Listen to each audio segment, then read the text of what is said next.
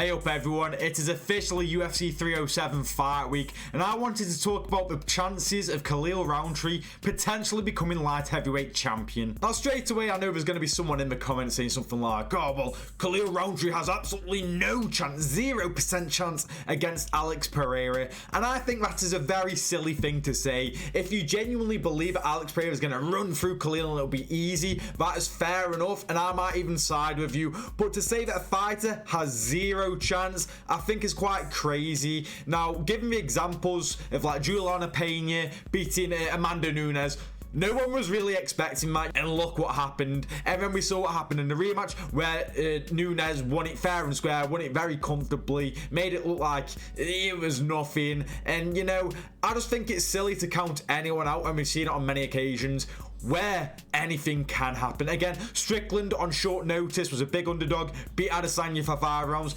Bisping with one eye on short notice, beat Luke Rockhold. There's many occasions of when the underdog, with everything against them, have came out on top, and I'm not saying that definitely is going to be the case with Khalil Rountree and Alex Pereira, but all my point is, don't count out Khalil. Now, it's all well and good me saying, oh, it's a silly thing to say that Khalil Rountree has 0% chance of winning this. So let's talk about how he could possibly win this fight. Now, obviously, there's a thing going around right now where Khalil Rountree has said that he's not going to attempt a takedown against Alex Pereira. That is not in his plans. And that could be a very silly decision. I know Khalil Rountree, you know, is a striker, never really uses grab. I don't think he's ever attempted a single takedown in the UFC. So maybe someone may make the argument that, why would he all of a sudden attempt to take him down?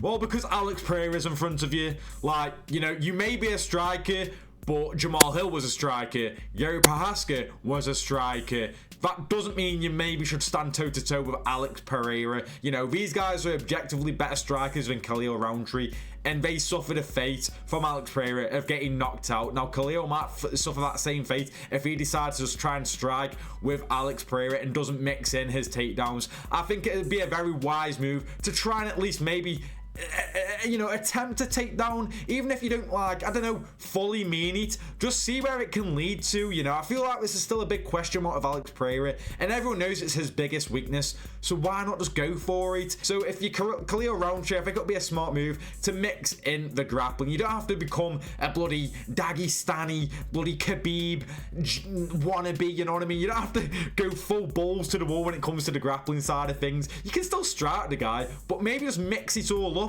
Maybe do the thing what makes mixed martial arts great, mixing up the martial arts. You know, that would make a lot of sense, but we've got to see what Khalil plans on doing. Again, I don't think not using your grappling is it's just not smart. You need to fight smart. That's like, you always see boxers fighting smart and getting the best of opponents because they fight smart. Fight smart. You see the best of the best in MMA doing the best because they fight smart. So fight smart. It's really not rocket science. Fight the best of your ability and fight to the smartest of your ability. However, if Khalil's true to his word and doesn't actually plan on taking down Alex Pereira and just wants to make it a striking matchup, can he still win? Of course he can, you know. Alex Pereira's defense is still quite leaky. He makes up for it with his amazing offense. You know, I'm not saying he has shit defense, by the way. He still has very solid defense, but he is quite hittable at times. Could Khalil Rountree crack him? I'm not entirely sure. Again, there's a possibility of it, but I just feel like, you know, was it Dustin Jacoby? You know, he was like just doing okay against, and Anthony Smith, he was just okay against. You know, I know he got the finish against Anthony Smith, but regardless, I just don't know if this is the right move for him. Yes, there's a chance of it, and if he goes out there and actually knocks out Alex Pereira, he gets to laugh at everyone who's saying he should have mixed in his grappling, you know, and wasn't believing in him, and it'll be a great story for Khalil Rountree, but I just don't think it's a smart move in the slightest. I feel like even with his, you know, nice Muay Thai, I still feel like he'll get chewed apart by Alex Pereira, and I believe Alex Pereira is much bigger than Khalil Rountree. Khalil Rountree is quite in height. I think he is a bit smaller for a light heavyweight. I can't exactly remember, but he's quite compact. His build is quite compact. He's quite wide, you know, built that way, rather than being quite tall and lanky like Alex Pereira. And I have just seen a video of Kamaru Usman saying on his podcast with Cejudo that he thinks that Khalil Rountree is going to shock the world because crazy things happen in Utah.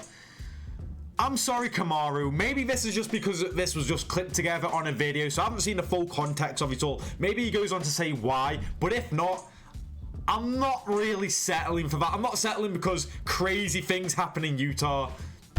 So, okay, that's not a valid argument to why Khalil Rountree wins, in my opinion. You know, if you're one of these people who just says he's gonna win because it's a crazy things happen, I just feel that's, I don't know, that's just a shit argument, let's be honest now. You know, if you genuinely believe it, and don't get me wrong, there's a few fans out there who do believe that Khalil Rountree will win, and fair play to them, but I just feel like you need to see arguments to why Khalil wins. That's usually how it goes when predicting fights. You give a reason to why that outcome is going to happen, not just crazy things happen.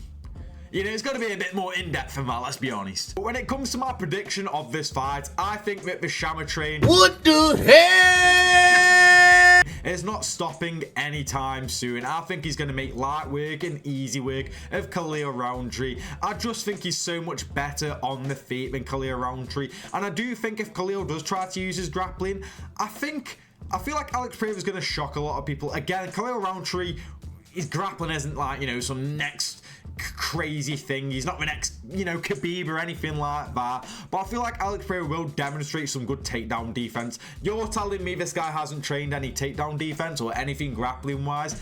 I just don't believe that. I think he will show some good takedown defense and good grappling skills if it comes to it. But whilst it's on the feet, I think it's a no-brainer that Alex Pereira wins this one. I don't see him getting caught. You know, I remember I thought maybe Jamal Hill would catch him, maybe Yob Haskell would catch him in both fights.